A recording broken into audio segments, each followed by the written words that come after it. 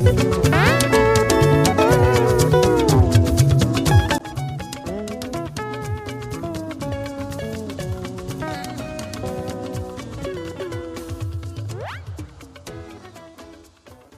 káàbọ̀ padà sórí ìkànnì Chukitable Media. Ṣé àlàáfíà la bá yín o? Welcome back to Chukitable Media. How you doing at this time? Are there Nigerians that can boldly come out and beat their chests that they truly support the organization called Nigerian Police Force? Are there people that can say they have trust, confidence, and dependability on this set of people in this organization?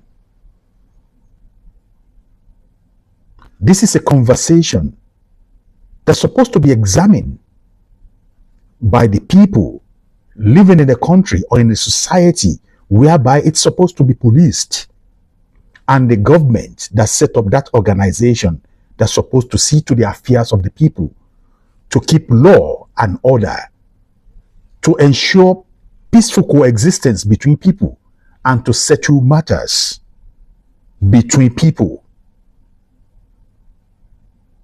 Policing is actually not about punishment. It's about settlement, about keeping peace, about keeping the law and order, correcting people. Police should be a role model in any society. The job of the police, like the job of the security men, they are quite similar, because when you see or you hear, you write, you report, you tell the necessary people to take care of that part that you think is not definitely going right or right in a society wherever you live. Without police, it's going to be a problem. Having a police that is oppressive on its people is even more worse. So then, what are we going to do? Leave the society without police, or have a police that are oppressive, punishing their people or using their uniforms and the guns or the materials given to them to oppress those people they're supposed to be protected? Let's talk more. A society devoid of police is not necessarily better than the one plagued by the corrupt and oppressive law enforcement. The absence of a structured law enforcement system can lead to chaos, big chaos, where the rule of law is replaced by vigilantism and mob justice, which we used to see everywhere. In such a scenario, the most vulnerable members of the society, those without the means to protect themselves, may suffer the most. Without a formal police force to maintain law and order, communities may find themselves in a state of anarchy, where personal grievances escalate into violence and strong prey on the weak. On the other hand, the presence of a police force does not guarantee safety or justice. Many argue that Nigerian police, for instance, serve the interest of the elite and politicians rather than the general populace. This systemic corruption often manifests in various forms, such as bribery, extortion, and abuse of power. Police officers may exploit the authority to intimidate and oppress average citizens, using their position to further their own interests rather than to uphold law and order. This creates a pervasive environment of fear and mistrust, where citizens are reluctant to seek help from those sworn to protect them. Let us watch this video and try to draw an example out of what we are trying to talk about. There's this guy on the highway, and there are these swarm of police all around him, and he was crying. What did I do? I did not do anything. And immediately they collected his bag. One of them just took the bag to the bonnet, the part of the car, start to open the bag to take away most things or the valuable of this guy. What I learned when I was doing my research was that this guy has some dollars in his bag. So how did they discover that? I don't know, but you have to be the judge. Just watch the type of treatment they are melting out to this guy.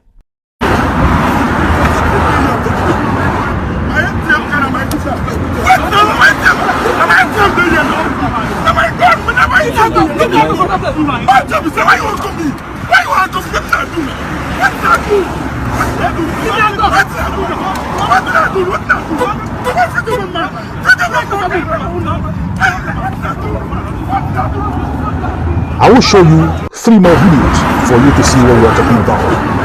Can we talk about absence of police? Can we talk about oppressive police?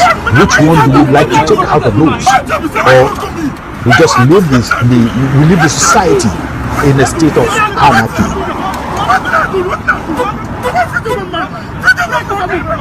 Moreover, the relationship between law enforcement and the community can become deeply strained in such environments when police are seen as enforcers of elites rather than protectors of the public. It fosters a sense of alienation and resentment among the populace. Citizens may feel that they are living under oppressive regime rather than in a society governed by rule of law. This can lead to a widespread disillusionment and a lack of cooperation with law enforcement agencies, further exacerbating the cycle of violence and corruption. Let's watch this video again. You know, make it a go. Banka or worker. Call in a babanka, call a budget, my baro banka. I mean, they give 100 naira. I don't look. I don't follow you. I don't know. See, I want my fair go back. I don't want anything to do it. I don't lie you. If what's the problem? I want to nick no say only traffic offense. Also what? Kilo ma try la do. Say what about me? About say me tí mo sọ. Say only o fẹ́ ma o ya action. O ya. Kilo ma I don't know for your man but I just they call me the issue when they call me for I can't reach I can't see him again with police. I can't ask him call they tell me say traffic offense. I say be traffic offense. I can't follow you to make you leave the man.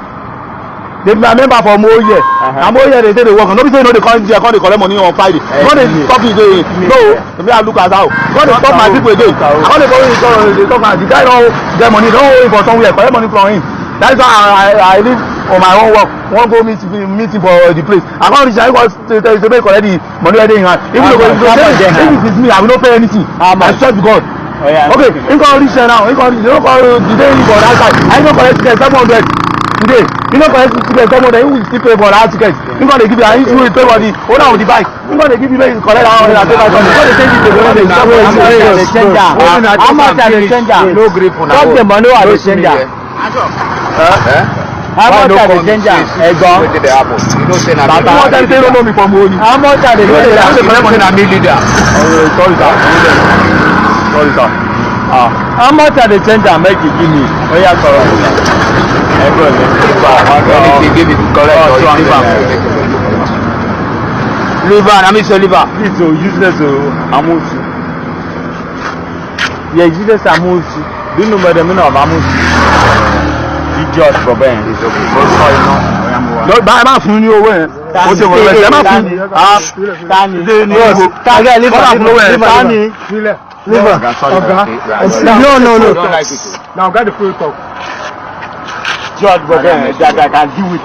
Now for what you know they look face. You know they look face. You go where? You are the rich money. I don't get. Watch this guy in his car and watch the other videos also. You will see the example of what we're talking about. Come on, come on, darling. I'm not support you. You need go back. I demand you question. We have a number. We're going to lie out Talavia. I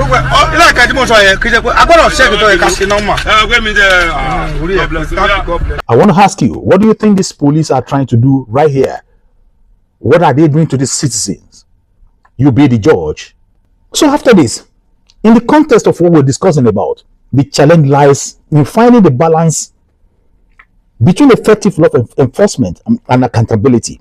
A society must strive to create a police force that is not only competent but also transparent and responsive to the needs of its citizens, reforming law enforcement agencies to prioritize community engagement, uphold human rights, and eliminate corruption is essential for fostering trust and ensuring that the police serves as a force for good rather than oppression. Let's watch this video. Give them their money now. Guys, snap this gentleman. Give them my money. People are extorting on the road, extorting. Give them money. Kai, drag your back around. Bring that bag, you're not going. Eh? Kai, give back. Give them back their key. If you are so pregnant civilians, how much are there any on this road? People are going to Sorry, you know me. Sorry, you know me. Sorry, you know me. Do you know me? Go on, give that. Do you know me? Do you know me? Do you know me? Do you know me? Do you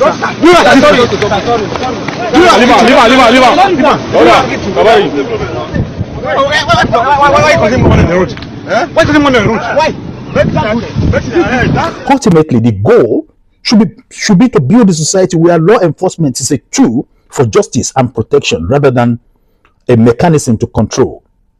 For the powerful, this requires a collective effort from all sectors of the society, including government, civil society, and the citizens themselves to advocate for reforms that promote equity, justice, rule of law.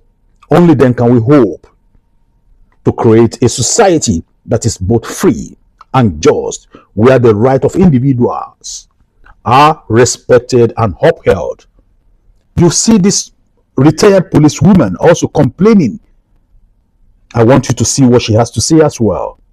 And this is it. When she was in service, was she also like these people in the video I've shown to you?